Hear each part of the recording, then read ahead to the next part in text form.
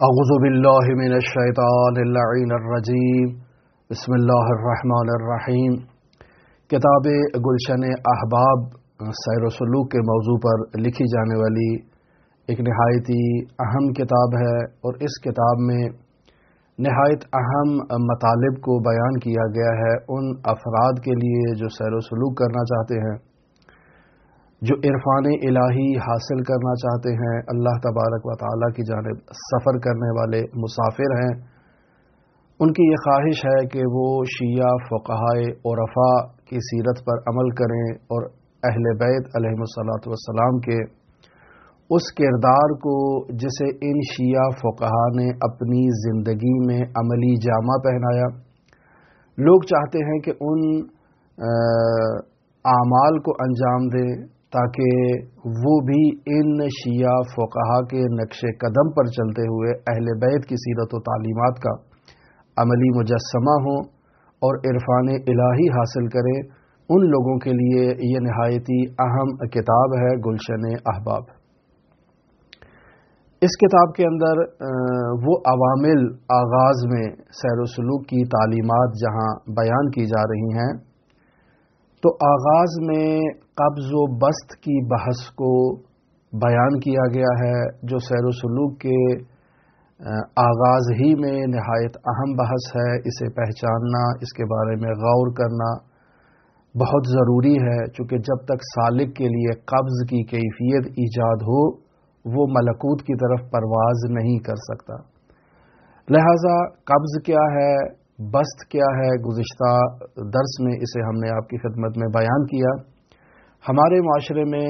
بندش کا لفظ جو استعمال کیا جاتا ہے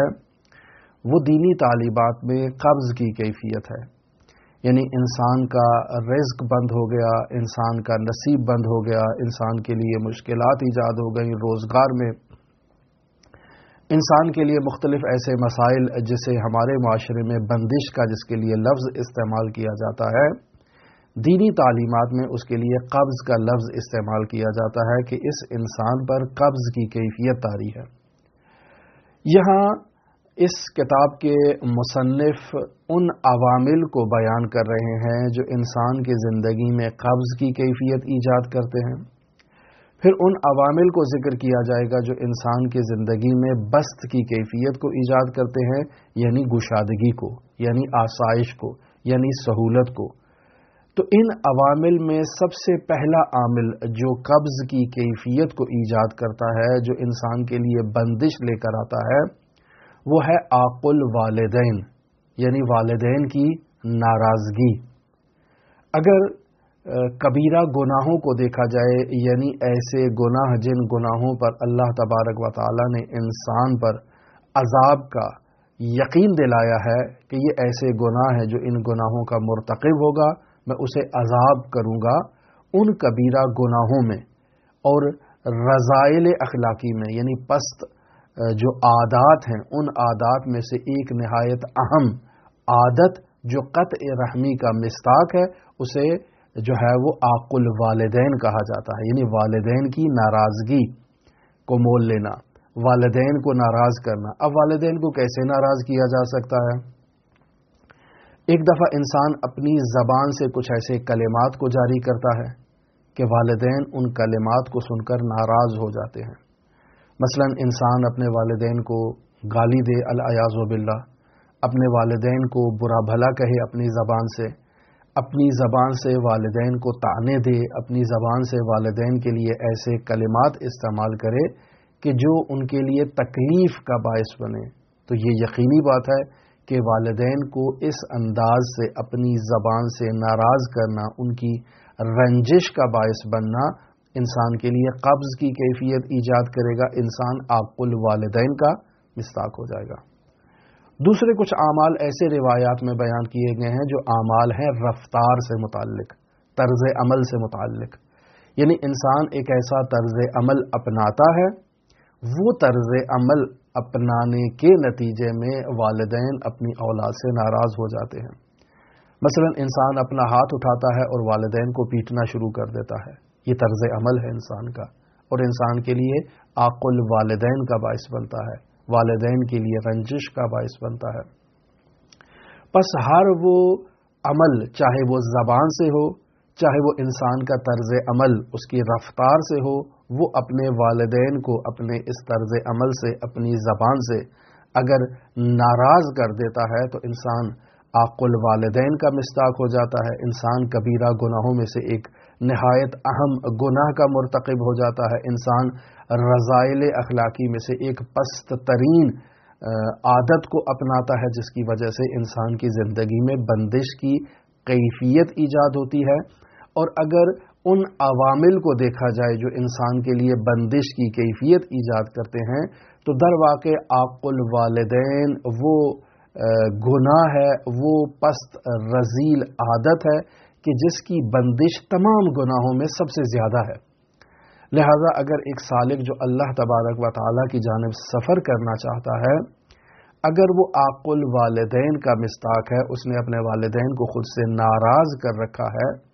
تو وہ جس کام میں بھی ہاتھ ڈالے گا اسے اس کام میں نفع نصیب نہیں ہوگا، چاہے وہ دنیاوی کام ہو، چاہے وہ ملکوتی اور روحانی کام ہو۔ بس اوقات خداوند متعال ایک ایسے گنہگار کو اس دنیا میں مہلت دیتا ہے کہ وہ عاق الوالدین کا مستاق ہے، لیکن اس دنیا میں جو کام بھی کر رہا ہے اس میں وہ کامیاب ہے، تو یقینی بات ہے کہ آخرت میں خداوند متعال اسے اس کی سزا اسے ضرور دے گا۔ یہ اس دنیا میں اسے جو خداوند متعال نے ڈھیل دے رکھی ہے وہ در واقع اس شخص کی جو اعمال کی اس قدر پستی ہے کہ اب خداوند متعال بھی اس شخص کے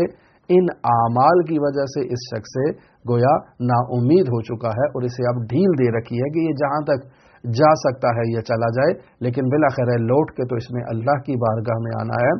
لہذا اللہ تبارک و تعالی اسے اس وقت ان تمام کبیرہ گناہوں کی سزا دے گا۔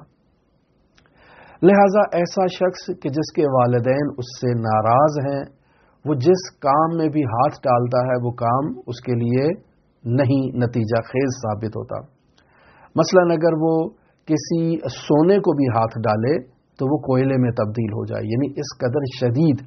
کیفیت قبض کی ایجاد کرتا ہے عاق الوالدین کے لیے۔ مرحوم آیت اللہ حسینیہ طاہرانی ایک جگہ سفر پر جا رہے تھے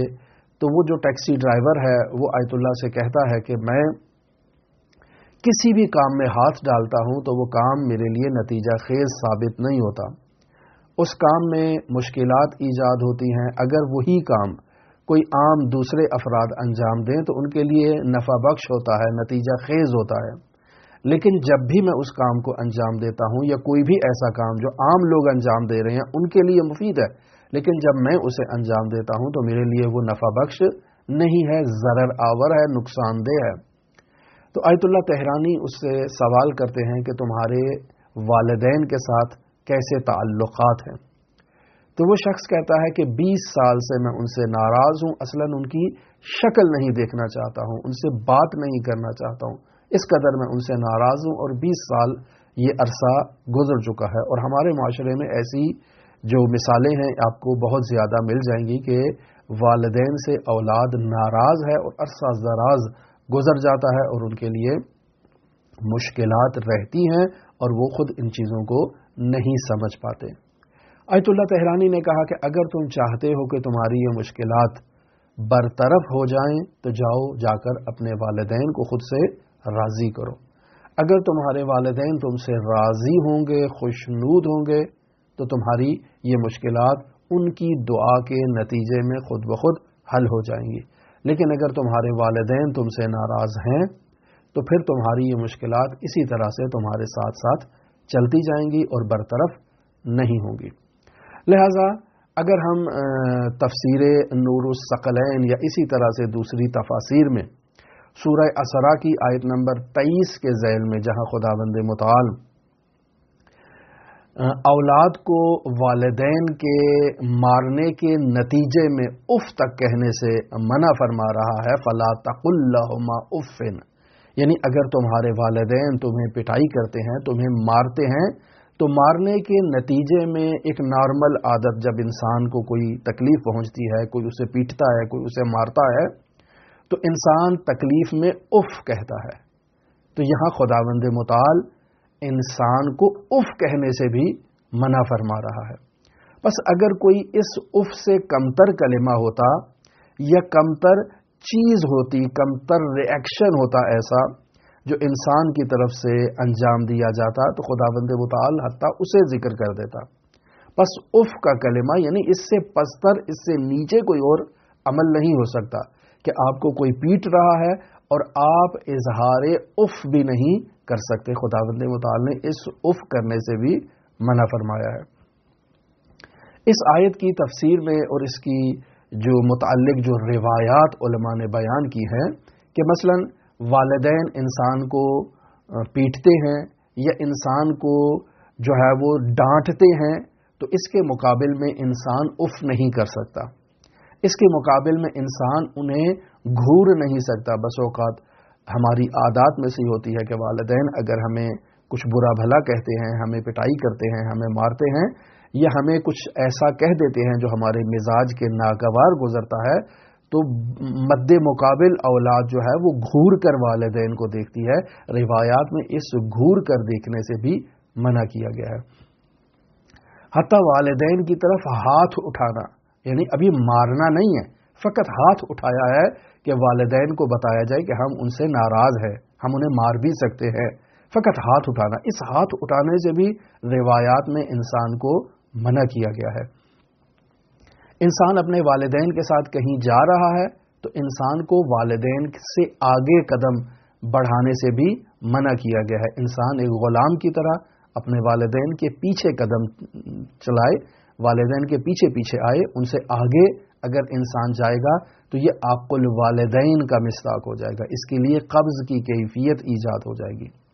یہ بس اوقات معاشرے میں بعض لوگ ہیں جو اپنے والدین کو ان کے نام سے پکارتے ہیں۔ یہ عزیزان محترم، والدین سے آگے چلنا، والدین کو ان کے نام سے پکارنا، یہ بس اوقات معاشرے میں والدین اس عمل سے ناراضگی کا اظہار نہیں کرتے ہیں، والدین اس عمل سے جو ہے وہ اولاد کے اس طرز عمل پر ان سے ناراض نہیں ہوتے ہیں، لیکن روایات میں اسے بھی عاق الوالدین کے مصداق میں بیان کیا گیا ہے کہ انسان کی توفیقات اس سے سلب ہو جاتی ہیں۔ پھر روایات میں بیان کیا گیا ہے کہ انسان اپنے والدین کو گالی نہیں دے سکتا، اپنے والدین کو برا بھلا نہیں کہہ سکتا، یہ انسان کے لیے عاق الوالدین کا مصداق بنے گا، قبض کی کیفیت انسان کے لیے ایجاد ہوگی۔ یہ انسان اپنے والدین کے ساتھ کہیں گیا ہے، اب جگہ ہے بیٹھنے کی، مثلا گاڑی پر بیٹھنا ہے یا صوفے پر بیٹھنا ہے یا کسی چیز پر بھی بیٹھنا ہے تو انسان کو والدین سے پہلے بیٹھنے کی اجازت نہیں ہے، والدین پہلے بیٹھے پھر اولاد والدین کے بعد جو ہے وہ گاڑی میں بیٹھے یا صوفے پر بیٹھے، یہاں تک روایات میں بیان کیا گیا ہے۔ پس ان سے سبقت لینا، چاہے چلتے وقت ان سے سبقت لینا ہو، چاہے بیٹھتے وقت ان سے سبقت لینا ہو، یہ سبقت لینا انسان کے لیے عاق الوالدین کا باعث بنے گی، انسان کے لیے قبض کی کیفیت ایجاد کرے گی۔ اسی طرح سے آپ دیکھ لیں کہ نتیجہ عاق الوالدین کا کہ انسان ان کے جو ضروریات ہیں والدین کی، وہ ضروریات ان کے تقاضا کرنے سے پہلے انسان ان کی ضروریات کو پورا کر دے تو یہ والدین کی خوشحالی کا باعث بنے گا، انسان کے لیے بسط کی کیفیت کو ایجاد کرے گا۔ اب سوال، روایات میں وہ شخص جو اپنے والدین کو ناراض کرتا ہے یعنی عاق الوالدین کا مصداق ہے، تو روایات میں ایسی اولاد کے لیے کیا نتائج بیان کیے گئے ہیں؟ سب سے پہلا نتیجہ کہ یہ گناہان کبیرہ میں سے ایک کبیرہ گناہ ہے، رذائل اخلاقی میں سے ایک پست ترین اخلاقی خصوصیت ہے جو انسان میں پائی جاتی ہے۔ لہٰذا اس کے نتیجے میں خداوند متعال ایسے شخص کو جو عاق الوالدین کا مصداق ہے اور اس کی خصوصیات ہم آپ کی خدمت میں بیان کر چکے ہیں، خداوند متعال اس شخص کو اس پر جنت کو حرام قرار دے دیتا ہے اور جنت کو اس پر جہنم کو اس پر واجب قرار دے دیتا ہے، یعنی یہ شخص جہنم کا مستحق ہو جاتا ہے اور جنت میں ہرگز داخل نہیں ہو سکتا۔ اب اگر قبر میں اس کو اتارا جائے گا تو یہ عذاب قبر کا مستحق ہو جائے گا، اگر نماز پڑھے گا تو اس کے منہ پر مار دی جائے گی، خداوند متعال اس کی نماز کو قبول نہیں کرے گا۔ اگر خداوند متعال کی بارگاہ میں ہاتھ اٹھائے گا دعا کے لیے تو خداوند متعال اس کی دعا کو قبول نہیں کرے گا۔ ایسے افراد کی موت ناگہانی موت ہوتی ہے، جوانی میں ہی ان کا انتقال ہو جاتا ہے، کم عمری میں ان کا انتقال ہو جاتا ہے، اور جب ان کی موت آتی ہے تو نہایتی شدید کیفیت میں ان کی موت آتی ہے، شدت کے ساتھ ان کی روح کو قبض کیا جاتا ہے، تکلیف دہ موت ان کے لیے ہوتی ہے۔ بس خلاصہ کلام کہ گناہان کبیرہ میں سے ایک کبیرہ ترین گناہ، پست ترین اخلاقی جو رذیلت ہے اور قطع رحمی کا باعث جو گناہ ہے وہ ہے عاق الوالدین، یعنی والدین کو ناراض کرنا۔ لہٰذا اگر وہ شخص جو اللہ کی طرف سفر کرنے والا مسافر ہے، اللہ تبارک و تعالیٰ کی جانب سفر کرنا چاہتا ہے، اسے یہ چاہیے کہ وہ اپنے والدین کو خود سے راضی رکھے۔ اللہم صلی علی محمد و آل محمد وعجل فرج قوائم آل محمد۔